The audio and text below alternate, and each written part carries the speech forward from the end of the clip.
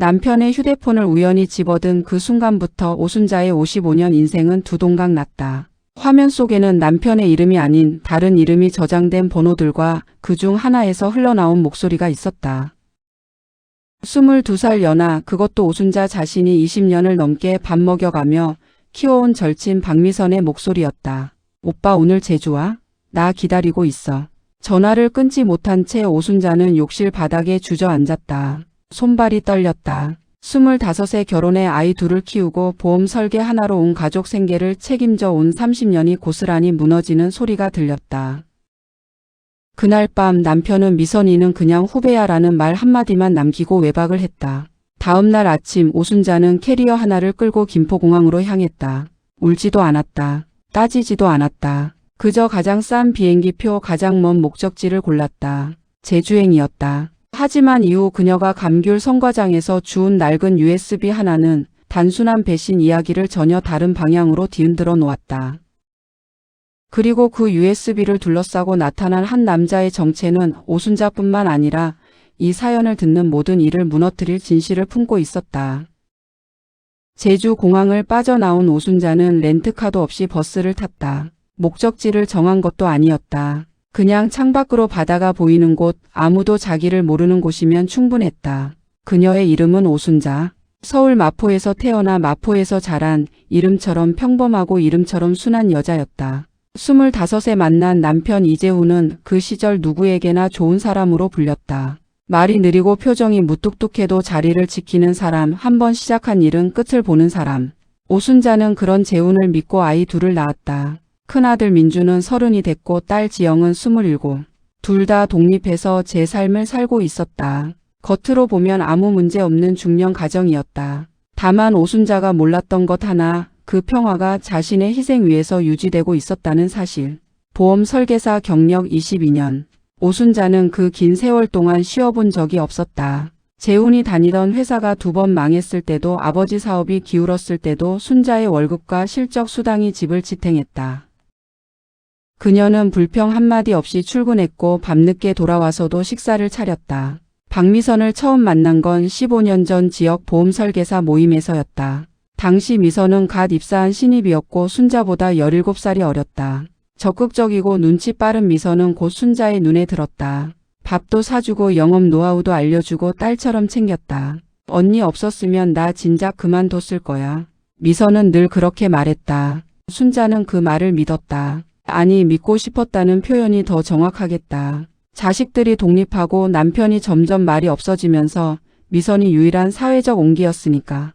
버스 종점에서 내린 오순자는 무작정 걷다가 낡은 간판 하나를 발견했다. 제주 한라 감귤 선과장 체험 알바 모집. 웃음이 나왔다. 생전 처음 보는 풍경, 생전 처음 해보는 일. 그게 오히려 좋았다. 연락도 하지 말자. 핸드폰도 내려놓자. 며칠만이라도. 그렇게 오순자는 선과장 문을 두드렸다. 안쪽에서 나온 건 예상과 달리 중년 아주머니가 아니었다. 50대 중반으로 보이는 남자였다. 구릿빛 피부에 낡은 작업복 그리고 묘하게 날카로운 눈빛. 알바하러 왔어요. 남자가 위아래로 후어봤다. 손 약하겠네. 그 한마디가 전부였다. 환영도 아니고 거절도 아닌 그 무뚝뚝한 한마디에 오순자는 왠지 홀가분했다. 그게 이 남자 강기철과의 첫 만남이었다. 선과장 일은 예상대로 곧했다.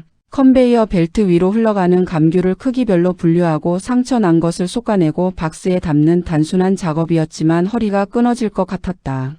기철은 말이 없었다. 지시도 짧았다. 그건 이쪽. 속도 맞춰. 점심은 저기. 오순자는 그게 오히려 편했다. 서울에서는 늘 설명해야 했다. 고객에게, 남편에게, 미선에게. 여기서는 아무것도 설명하지 않아도 됐다. 첫날 일과가 끝날 무렵 오순자는 구석 선반 위에서 먼지 쌓인 낡은 USB를 발견했다. 검은 케이스에 흰 테이프가 붙어 있고 삐뚤빼뚤한 글씨로 R-7이라고 쓰여 있었다. 누군가 놓고 간 건지 오래전부터 있던 건지 알 수 없었다. 오순자는 습관적으로 그것을 집어들었다가 그냥 작업복 주머니에 넣었다. 그날 밤 민박집에서 노트북을 켜고 USB를 꽂았을 때 화면에 뜬 파일 목록을 보고 오순자는 숨이 멎었다. 파일명들이 심상치 않았다. 계약서 위조 본체종, PDF, 분양 계약자 명단 유출용, XLSX, 제1리조트비 자금 이체 내역. HWP. 녹취 이사회 23만 814. MP3. 오순자는 손이 떨렸다. 보험 설계사 22년 경력. 수상한 냄새는 누구보다 빨리 맡을 수 있었다. 이건 단순한 개인 파일이 아니었다. 누군가의 범죄 기록이었다. 그리고 그 순간 밖에서 노크 소리가 들렸다. USB 혹시 보셨어요? 강기철이었다. 오순자는 재빨리 USB를 뽑아 베개 밑에 넣고 문을 열었다. 기철은 무표정하게 그녀를 봤다. 선반에 뭔가 두고 왔나 싶어서. 못 봤어요. 오순자의 목소리는 떨리지 않았다. 22년간 고객에게 웃으며 거짓말 한 번도 안 했던 그녀가 처음으로 담담하게 거짓말을 했다. 기철은 잠시 그녀의 눈을 들여다보더니 돌아갔다. 오순자는 문에 등을 기댄 채 가슴을 쓸어내렸다. 그리고 속으로 중얼거렸다. 이게 뭐야, 도대체 나 왜 제주에 왔지? 복선은 이미 시작됐다. 강기철이 돌아가던 그 순간 그의 신발 옆에 묻은 흙. 그건 성과장 마당 흙이 아니었다. 건설 현장에서만 볼 수 있는 시멘트 가루가 섞인 붉은 흙이었다. 사흘이 지났다. 오순자는 USB를 아직 돌려주지 않았다. 아니, 돌려줄 수가 없었다. 파일을 열어볼수록 내용이 심각했다. 제1리조트는 제주 서귀포 인근 해안가에 개발 예정인 대형 리조트 분양 사업이었다. 분양가는 세대당 평균 2억 8천만 원. 투자자는 전국에서 모였고 특히 5070 세대 은퇴자들이 많았다. 노후를 위해 모아둔 퇴직금을 털어넣은 사람들. 그런데 계약서는 위조됐다. 행정허가는 나지 않은 땅. 공사는 시작도 안 됐는데 공정률 40%라는 허위사진. 이체 내역에는 수십억 원이 법인 명의로 빠져나가 있었다. 녹취 파일 속 목소리들은 담담하게 범죄를 계획하고 있었다. 1차 계약금만 받으면 돼. 2차는 어차피 해외야. 노인들은 소송도 안 해. 체력이 없거든. 오순자는 이어폰을 뽑았다. 손이 부들부들 떨렸다. 서울에서 그녀의 고객 중에도 비슷한 분들이 있었다. 70대 초반 강 여사 은퇴 후 노후 자금을 분양에 넣었다가 사기당한 이야기를 눈물로 털어놓던 분. 그 장면이 겹쳤다. 노인들은 소송도 안 해. 그 냉정한 목소리가 귀에서 떠나지 않았다. 하지만 오순자는 동시에 알고 있었다. 이 USB를 쥐고 있다는 게 자신에게 어떤 위험이 될 수 있는지도. 그날부터 그녀는 기철을 달리 보기 시작했다. 성과장에서 일하는 투박한 아저씨. 말투 거칠고 표정 없는 그 남자가 왜 이 파일을 가지고 있는 걸까? 공범인가 아니면 피해자인가 아니면 고발자인가? 기철은 여전히 무뚝뚝했다. 오순자에게 말을 거는 일도 거의 없었다. 다만 점심때 따로 도시락을 내밀었다. 직접 만든 거예요. 된장 넣어서 감귤 조림. 감사해요. 먹고 힘내요. 손이 영 느리니까. 그 한마디가 따뜻했다. 싫지 않았다. 오순자는 서울에서의 일상이 불현듯 떠올랐다. 남편 재우는 한 번도 도시락을 싸준 적이 없었다. 밥 먹었냐는 문자조차 줄어든 지 몇 년이 됐다. 재훈의 관심이 언제부터 식었는지 그 정확한 날짜를 오순자는 기억하지 못했다. 서서히 식어가는 건 언제나 눈에 보이지 않으니까. 그런데 그게 미선과의 문제였다는 게 더 고통스러웠다. 미선은 그저 나이 어린 후배가 아니었다. 오순자가 처음으로 속내를 털어놓은 사람이었다. 부부 사이가 서먹하다고 가끔 외롭다고. 그 말을 제일 먼저 들은 게 미선이었다. 언니는 너무 혼자 다 잘해서 문제야. 그러니까 남편이 편하게 생각하는 거지. 그 말이 위로였는지 예고였는지 이제는 알 수 없다. 오순자는 민박집 창문으로 바다를 바라보며 오래 울었다. 남편에 대한 분노, 미선에 대한 배신감, 그리고 어이없이도 내가 뭘 잘못한 걸까 하는 자책감까지. 평생 헌신했는데 버림받는 느낌. 모든 것을 주었는데 아무것도 돌아오지 않는 허탈함. 오순자의 감정은 단순히 배신당한 아내의 분노가 아니라 자신의 인생 전체가 부정당하는 무게감이었다. 그 밤 오순자는 USB 파일을 다시 꼼꼼히 읽었다. 그러다 피해자 명단 엑셀 파일을 열었을 때 위에서 5번째 이름에 눈이 멎었다. 이재훈, 투자금 5천만 원. 오순자의 남편. 그녀는 숨을 참았다. 뭔가가 잘못됐다. 남편이 피해자? 가해자? 아니면 공범? 화면을 계속 스크롤했다. 그리고 12번째 이름. 박미선. 수수료 수취자. 1200만 원. 소개비를 받고 피해자들을 끌어들인 인물 목록이었다. 오순자의 손에서 노트북이 미끄러졌다. 미선이 단순히 재혼과 바람을 핀 게 아니었다. 미선은 이 사기의 브로커였다. 그리고 오순자의 남편 재우는 사기의 피해자이거나 아니면 오순자 몰래 그 투자금을 어딘가서 끌어온 것이었다. 5천만 원. 그 돈의 출처를 오순자는 알 수 없었다. 하지만 예감이 좋지 않았다. 밤새 잠을 못 잔 오순자는 새벽에 성과장 마당으로 나왔다. 달빛 아래 감귤 나무들이 조용히 서 있었다. 그리고 저 멀리 성과장 창고 뒤로 기철의 실루엣이 보였다. 그는 핸드폰을 귀에 댄 채 낮은 목소리로 통화 중이었다. 아직 못 찾았어. 더 기다려. 오순자는 몸을 숨겼다. 그 목소리는 성과장 아저씨의 목소리가 아니었다. 전혀 다른 사람처럼 조용하고 정확하고 위협적이었다. 성과장의 알바를 시작한 지 닷새째 되던 날 오전 먼지 날리는 흙길로 검은 벤츠 2대가 들어왔다. 제주 서귀포 시골 감귤밭 사이 낡은 성과장 마당에 벤츠라니. 오순자는 컨베이어 벨트 앞에 선 채 눈을 비볐다. 꿈인가 싶었다. 차에서 내린 건 양복 차림의 남자 셋이었다. 서울 강남 어디선가 빠져나온 것 같은 인상. 그중 하나가 기철을 향해 고개를 꾸벅 숙였다. 대표님 오래 기다리셨습니다. 오순자는 손에 들고 있던 감귤을 떨어뜨렸다. 대표님.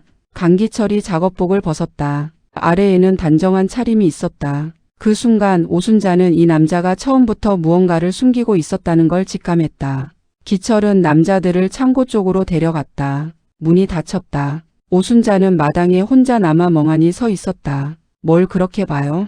함께 알바 중이던 동네 아주머니 순례가 귓속말을 했다. 저 사람요, 강기철 씨. 원래 여기 사람 아니에요. 3년 전에 갑자기 나타나서 성과장 인수했대요. 근데 이상한 게 성과장 같은데 투자할 사람이 왜 저렇게 차가 오고 가냐고. 어떤 사람인지 알아요? 몰라요. 말이 없으니까. 근데 한 번은 내가 실수로 창고 문을 열었는데 선반에 서류가 산더미였어요. 감귤 성과장에 그런 서류가 왜 있냐고. 오순자는 가슴이 쿵 내려앉았다. 그날 오후 기철은 평소와 다름없이 작업복으로 갈아입고 돌아왔다. 마치 아무 일도 없었다는 듯. 오순자는 참지 못하고 말을 꺼냈다. 혹시 제이리조트 아세요? 기철의 손이 멈췄다. 1초, 2초. 그리고 천천히 고개를 들었다. 눈빛이 달라졌다. 그걸 왜 알아요? USB에 있었어요. 긴 침묵이 흘렀다. 기철은 마당으로 나가 담배를 꺼냈다. 불을 붙이지는 않았다. 어디까지 봤어요? 다 봤어요. 피해자 명단까지. 또 침묵. 가지고 있어요? 네, 나한테 줘요. 왜요? 기철은 담배를 손가락으로 돌리다가 내려놓았다. 그 USB 가지고 있으면 위험해요. 당신, 이미 알아요. 아직 몰라요. 그것이 첫 번째 반전이었다. 강기철은 성과장 아저씨가 아니었다. 나중에 오순자가 알게 된 사실은 그가 제이리조트 사기 사건의 내부 고발자이자 수사기관의 비공식 협조자라는 것이었다. 3년 전 기철은 제주에서 작은 건설 회사를 운영했다. 제이리조트 시공사로 선정돼 기초공사를 맡았다가 그것이 처음부터 사기 구조로 설계된 프로젝트임을 알게 됐다. 돈을 돌려달라고 했지만 묵살당했다. 그의 회사는 망했다. 가족도 흩어졌다. 그리고 기철은 복수 대신 증거를 모으기 시작했다. USB에 담긴 파일들은 3년에 걸쳐 기철이 수집한 것들이었다. 수사를 위해 검찰에 제출하기 직전 USB를 성과장 선반에 잠깐 두었다가 잃어버린 것이었다. 당신이 주운 게 맞네요. 왜 나한테 처음부터 말 안 했어요? 당신이 진짜 알바인 줄 알았으니까. 관련 없는 사람한테 이 얘기 꺼냈다가 위에서 세면 3년이 날아가요. 오순자는 USB를 꺼내 기철 앞에 내밀었다. 그리고 한 가지를 물었다. 피해자 명단 2번째 페이지에 서울 마포구 이재훈. 이분 혹시 어떻게 됐는지 알아요? 기철의 눈이 가늘어졌다. 그 사람 알아요? 제 남편이에요. 이번엔 기철이 숨을 멈췄다. 그가 오래 있다가 말했다. 그 사람은 피해자가 아니에요. 오순자의 무릎이 풀렸다. 그럼 투자자 모집책이었어요. 미선이라는 여자랑 함께. 처음에는 수수료 받고 사람 몇 명 연결해줬는데 나중에는 규모가 커졌어요. 그 사람도 처음에는 몰랐을 거예요. 근데 중간에 알고 나서도 계속했어요. 오순자는 아무 말도 할 수 없었다. 남편은 피해자가 아니었다. 피해자를 만들어낸 사람 중 하나였다. 30년 부부의 역사가 이 감귤밭에서 다시 한번 무너졌다. 오순자는 그날 밤 민박집에서 남편에게 전화를 했다. 일주일 만이었다. 어디 있어? 제주에. 잠깐 바람 쐬러. 언제 와? 모르겠어. 재훈 씨, 나 하나만 물어볼게. 응. 제이리조트 알아?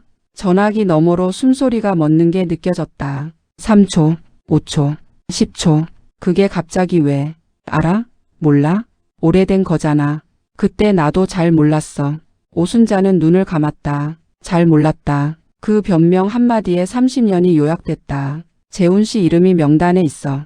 수수료 수치자로. 또 침묵. 그거 어디서 났어? 중요해? 있다는 게 사실이잖아. 순자야. 나한테 설명해. 그는 오래 망설이다가 말을 꺼냈다. 이야기는 4년 전으로 거슬러 올라갔다. 재훈은 세 번째 퇴직 후 무기력한 시간을 보내던 중 미선을 우연히 만났다. 아내의 친구라는 편안함. 미선은 재훈에게 투자 기회를 이야기했다. 처음엔 작은 금액으로 지인을 소개해주면 된다고 했다. 소개비는 수월하게 들어왔다. 재훈은 2번, 3번 반복했다. 그러다 미선과의 관계가 시작됐다. 처음에는 진짜 좋은 사업인 줄 알았어. 이상하다고 느낀 건 2년 전부터야. 이상하다고 느꼈는데 왜 계속했어? 이미 너무 깊이 들어갔으니까. 그리고 미선이가 빠져나올 방법이 없다고 했어. 오순자는 조용히 웃었다. 웃음이 나왔다. 서럽고 허망한 웃음. 나는 22년 동안 보험 팔아서 집 지켰어. 애들 대학 보냈어. 당신이 3번 실직할 때마다 버텼어. 그 돈으로 당신이 사기에 끌려다녔구나. 순자야. 근데 그게 다가 아니지?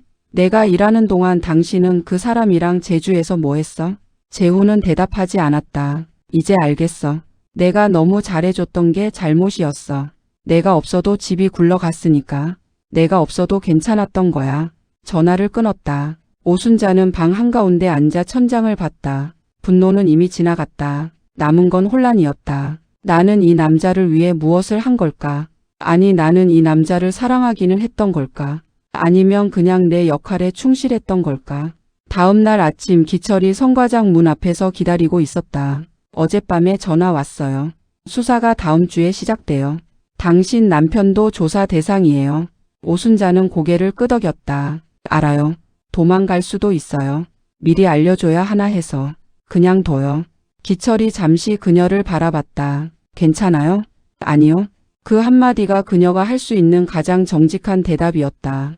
기철은 아무 말 없이 옆에 앉았다. 감귤 나무에서 바람이 불어왔다. 향긋한 냄새가 가슴을 긁었다. 나도 그랬어요. 회사 날리고 가족 날리고 이 성과장 구석에 숨어서 3년 동안 증거만 모았어요. 그때 제일 힘들었던 게 뭔지 알아요? 뭔데요? 아무도 안 믿어주는 거. 내가 피해자인데 고발자인데 주변엔 내가 이상한 사람 같았어요. 오순자는 고개를 들어 기철을 봤다. 그래서 여기 있었던 거예요? 숨은 거죠. 뭐, 나도 숨으러 왔는데. 알아요. 잠시 침묵이 흘렀다. 부드럽지도 어색하지도 않은 그 침묵 속에서 오순자는 생전 처음으로 아무것도 설명하지 않아도 되는 사람 옆에 앉아 있었다. 그러나 그 평화는 오래가지 않았다. 그날 오후 오순자의 핸드폰으로 문자가 왔다. 서울에서. 발신이는 딸 지영. 엄마. 아빠가 오늘 아침에 짐 챙겼어. 집에 없어. 나한테도 연락 안 돼. 엄마 어디야? 그리고 2번째 문자. 엄마 통장 봤는데 생활비 통장이 비어 있어. 이게 무슨 일이야?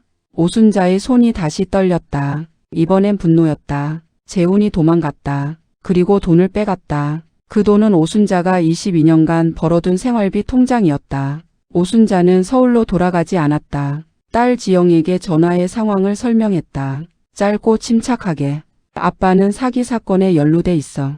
곧 수사가 시작될 거야. 엄마는 지금 증거를 가지고 있는 사람 옆에 있어.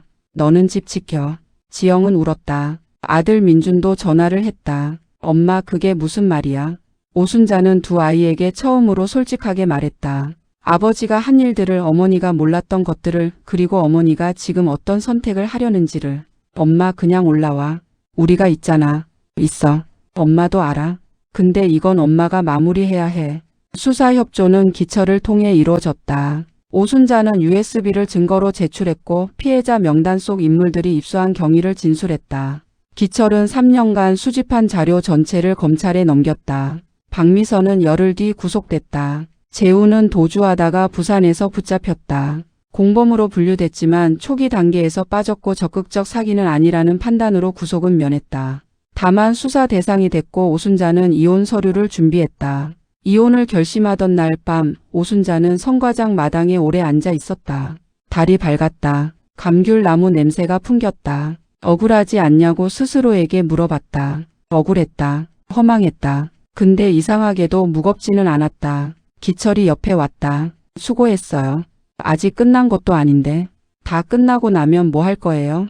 오순자는 잠깐 생각했다. 처음으로 제 이름으로 사무실 하나 내고 싶어요. 22년 동안 남의 회사 이름 달고 일했거든요. 기철이 피식 웃었다. 오순자는 그 웃음을 처음 봤다. 생각보다 따뜻한 웃음이었다. 잘 되겠네요. 당신은요? 기철은 하늘을 올려다봤다. 3년 동안 이것만 했는데 이제 뭘 해야 하나 몰라서. 성과장 계속해요. 잘하던데. 다들 그 말 해요. 진심으로 하는 말이에요. 그 밤 오순자는 오랜만에 깊이 잠들었다. 꿈도 꾸지 않았다. 제1리조트 사기 사건은 이후 전국적으로 보도됐다. 피해자 211명, 피해 금액 430억 원. 주모자들은 구속 기소됐고 일부 피해자들은 민사소송을 통해 일부 금액을 돌려받았다. 강기철은 3년 만에 제주를 떠나 서울로 돌아갔다. 오순자도 그로부터 한 달 뒤 제주를 떠났다. 두 사람은 가끔 연락을 한다. 짧은 문자. 감귤 박스가 한 번 배달됐다. 직접 키운 거라는 메모와 함께. 오순자는 마포의 작은 보험 사무소를 열었다. 간판엔 이름 석자를 썼다. 오순자 보험. 딸 지영이 엄마 이름이 너무 투박하지 않아? 라고 했고 오순자는 웃으며 대답했다. 투박한 게 제일 오래가. 그리고 그녀는 책상 위에 작은 쪽지 하나를 붙여놨다. 제주 감귤 성과장에서 보낸 열흘 동안 마음속으로 되뇌었던 문장.